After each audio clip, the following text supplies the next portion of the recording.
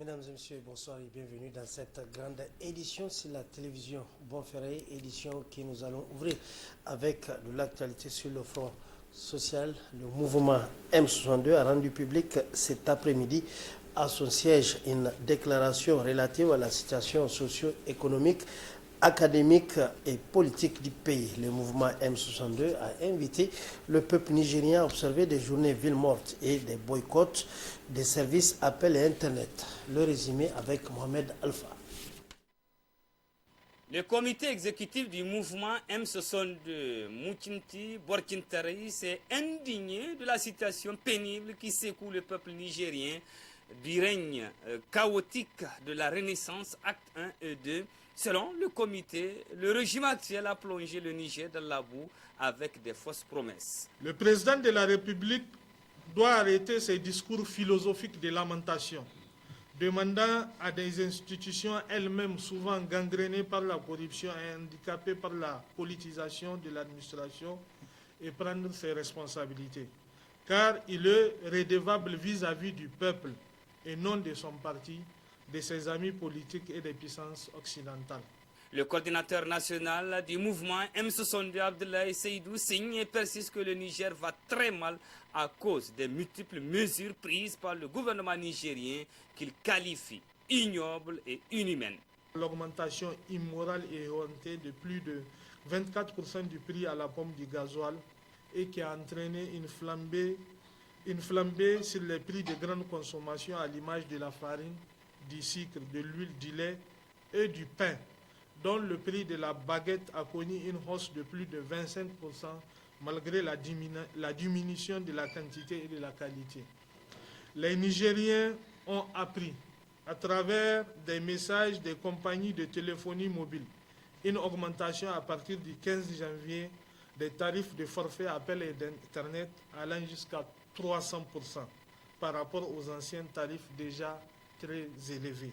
Les actions du comité exécutif du mouvement M62 ont pour objectif dénoncer l'augmentation du prix à la pompe du gasoil et les tarifs d'appel Internet, la cherté de la vie, notamment les produits de grande consommation et des services sociaux, la déliquescence du système éducatif et la dépravation des mœurs, la démission de l'État des secteurs sociaux, notamment l'éducation, la santé, l'emploi, le logement, l'agriculture, l'élevage, etc. La mauvaise gouvernance, notamment le bradage des ressources naturelles, la concussion, la corruption, l'impunité, la politisation de l'administration et le détournement des deniers publics. Le mouvement M62 a décidé d'organiser ce dimanche 22 janvier 2023 une marche suivie de meetings sur toute l'étendue du territoire national. Le lundi 23 janvier prochain, il observera une journée ville morte. Le mouvement M62 a invité le peuple nigérien à se mobiliser davantage les 24 et 25 janvier 2023, des journées de boycott du pain et des services appels et Internet des compagnies de téléphonie mobile, une façon de dire non à la cherté de la vie.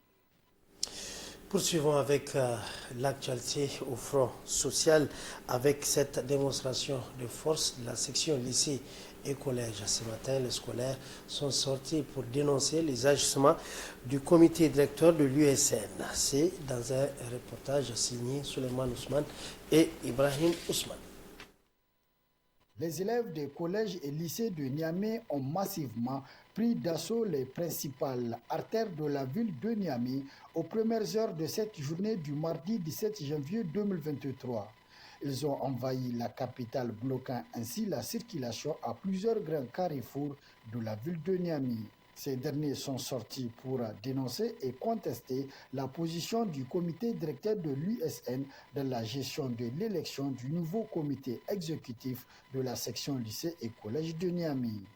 C'est pour vraiment montrer aux autorités que cette fois-ci, le comité directeur de l'USN qui s'hasarde à s'ingérer dans la gérance de la section lycéenne et collégienne de la région de Niamey, nous voulons vraiment démontrer aux autorités que nous, élèves des sous-sections, élèves des différents établissements de la région de Niamey, nous ne sommes totalement pas d'accord avec le comité directeur de l'ESN qui circule de part et d'autre pour dire aux autorités que oui, la section lycéenne et collégienne n'a pas été bien élue par la base.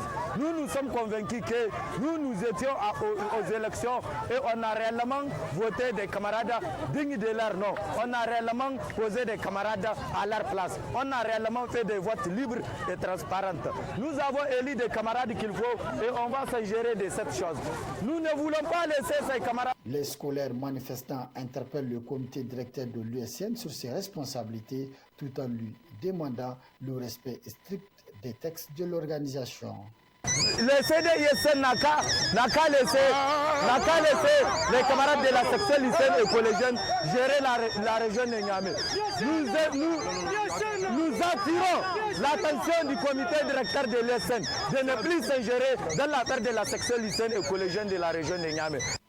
À partir d'aujourd'hui, les scolaires de la région de Niamey n'ont aucun ennemi à part le comité directeur de l'ISN qui veulent coûte que coûte créer une classe syndicale poisonnée à l'endroit de la région de Niamey. Parce qu'ils estiment qu'ils ne peuvent pas fonctionner sans la section du lycée collège de Niamey. C'est un CD, non? Ils estiment qu'ils respectent les textes de l'ISN. Nous aussi, on a respecté toutes les étapes, toutes les procédures normaux de pouvoir convoquer une AG élective bonne et difforme. Et c'est ce qui fait faire. Et je tiens aussi à leur dire qu'ils n'ont qu'à arrêter de s'engager dans notre gestion.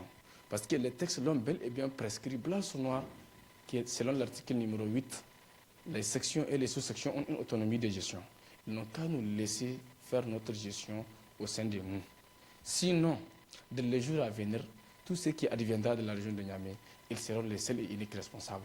Cette manifestation pacifique des scolaires de Niamey est faite suite à l'appel du comité exécutif de la section lycée et collège de Niamey dirigé par Siratoulaye.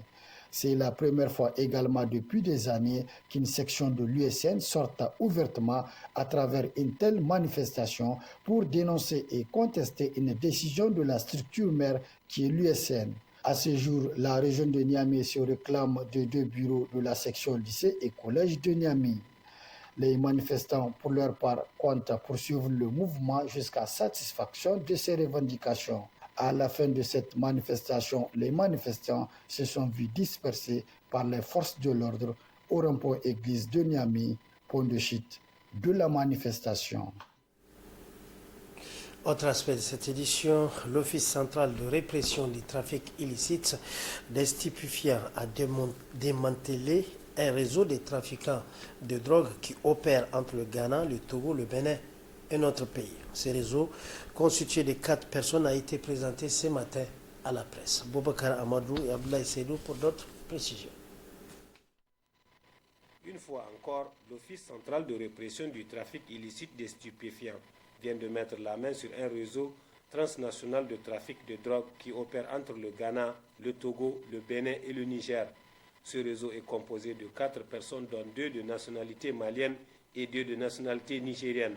Cette saisie fait suite à une information reçue par l'OCRTIS le dimanche 15 janvier dernier sur des colis constitués de lits en bois transportés dans un bus de transport voyageurs en provenance de Koumassi au Ghana, susceptible de contenir de la drogue. Un dispositif de surveillance mis en place pour la circonstance a permis d'identifier et de suivre les individus ayant récupéré les premiers colis arrivés à la gare. Ils ont été interpellés au quartier Plateau, puis conduits ici même à l'OCRTIS.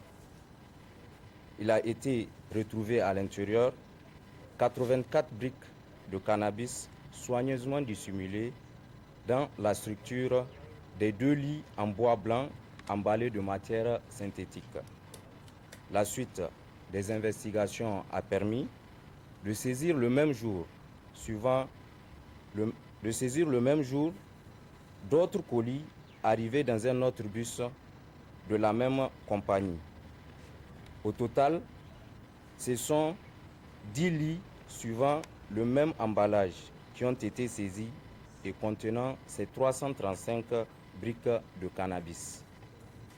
Ce mode opératoire révèle un trafic de drogue bien organisée et longtemps entretenue.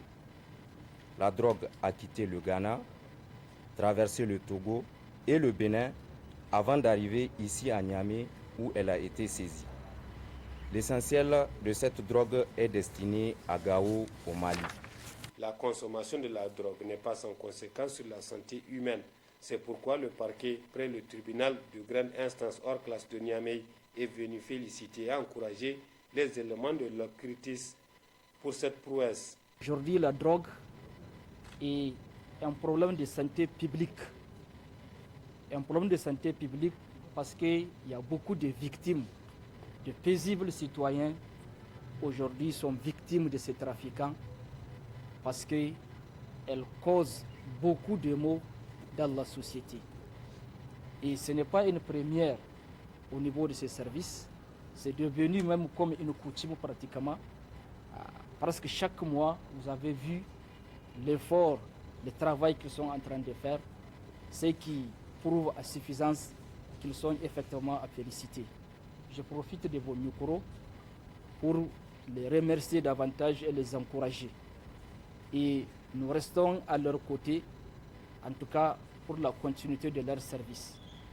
Le mode opératoire et l'itinéraire utilisé par les trafiquants démontrent la persistance du défi sécuritaire auquel font face les pays de la sous-région, en particulier ceux du Sahel. Il s'agit, selon l'OCRTIS, du terrorisme et de la criminalité transnationale organisée dont le trafic de drogue constitue la base.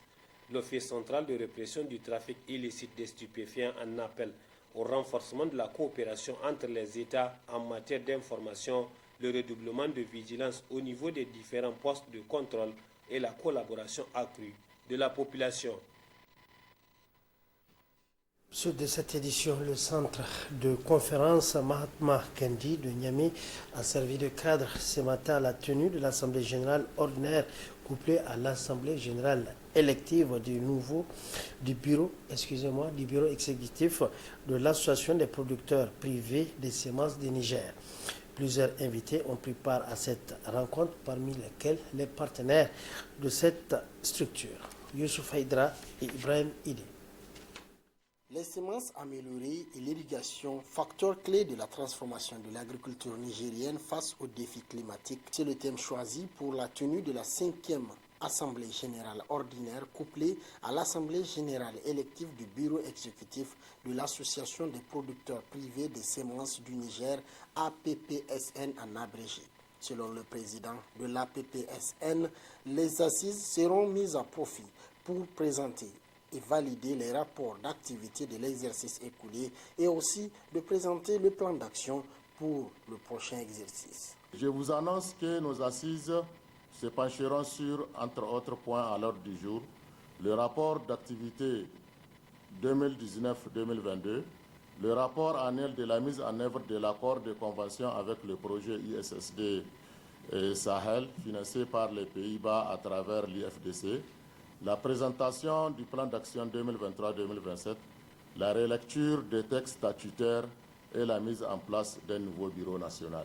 La directrice du contrôle et certification des semences, représentant le ministre de l'Agriculture, magnifiant la contribution de l'APPSN au développement de l'agriculture au Niger, affirme qu'elle accorde un grand intérêt aux assises de l'association.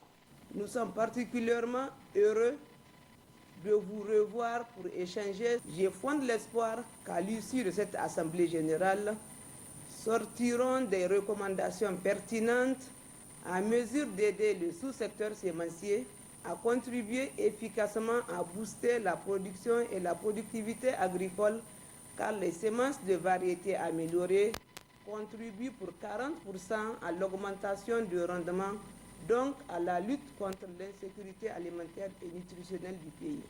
À cette cérémonie d'ouverture des assises de la 5e Assemblée générale ordinaire, couplée à l'Assemblée générale élective du bureau exécutif de l'Association des producteurs privés des semences du Niger, APPSN, les partenaires ont honoré la cérémonie par leur présence. À tour de rôle, ils ont tenu à exprimer leur disponibilité à poursuivre le partenariat avec l'APPSN. Voilà, terminons avec les femmes travailleuses du domaine du nucléaire qui sont à l'honneur avec une organisation non gouvernementale dénommée Women in Nuclear, en abrégé WIN Niger, qui a procédé ce matin dans le locaux de la haute autorité nigérienne à l'énergie atomique à l'examen et à la validation du plan d'action quinquennal 2022-2026 de leur programme. Aïchatou Mahamadou et Rabiou Labo. Créée en 2021, au Niger, il existe désormais une organisation non gouvernementale qui regroupe à son sein les femmes travailleuses dans le domaine du nucléaire. L'ONG Women in Nuclear, en abrégé Winning Niger, puisque c'est de elle qu'il s'agit, à travers ses assises, procède à l'examen et la validation du plan d'action national quinquennal pour la période 2022-2026.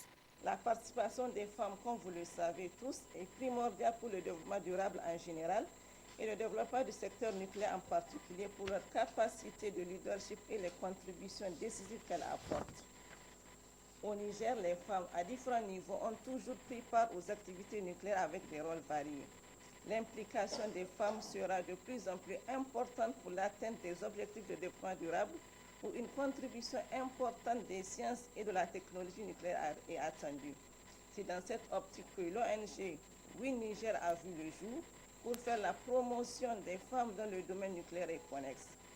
Cette étape de vie que vient de franchir Winning Niger lui permettant de discuter des défis auxquels l'ONG est confrontée et les opportunités. Elle a à ses côtés la haute autorité nigérienne à l'énergie atomique, HANEA.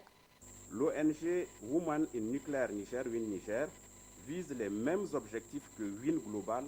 La première activité phare de l'ONG WIN Niger est l'élaboration d'un plan d'action qui a été un des défis majeurs. Notre pays se félicite de l'aboutissement de l'élaboration d'un plan d'action dont la mise en œuvre des activités permettra d'atteindre tous les objectifs assignés au niveau national et les engagements pris au niveau international. Démembrement de l'ONG Women in Nuclear Global, une organisation mondiale fondée il y a 30 ans de cela, elle partage les mêmes objectifs, dont celui de favoriser le développement professionnel des femmes au sein de l'industrie nucléaire, l'élimination des disparités entre hommes et femmes dans les sciences nucléaires et la contribution à l'atteinte des objectifs du millénaire pour le développement ODD. Cette réunion a vu la participation des dirigeants de Winning Global qui ont intervenu en visioconférence. Voilà, mesdames et messieurs, c'est la fin de cette édition. Merci de l'avoir suivi. Je vous souhaite de passer un excellent moment en compagnie des programmes de la télévision Bonferré. Au revoir et bonne nuit.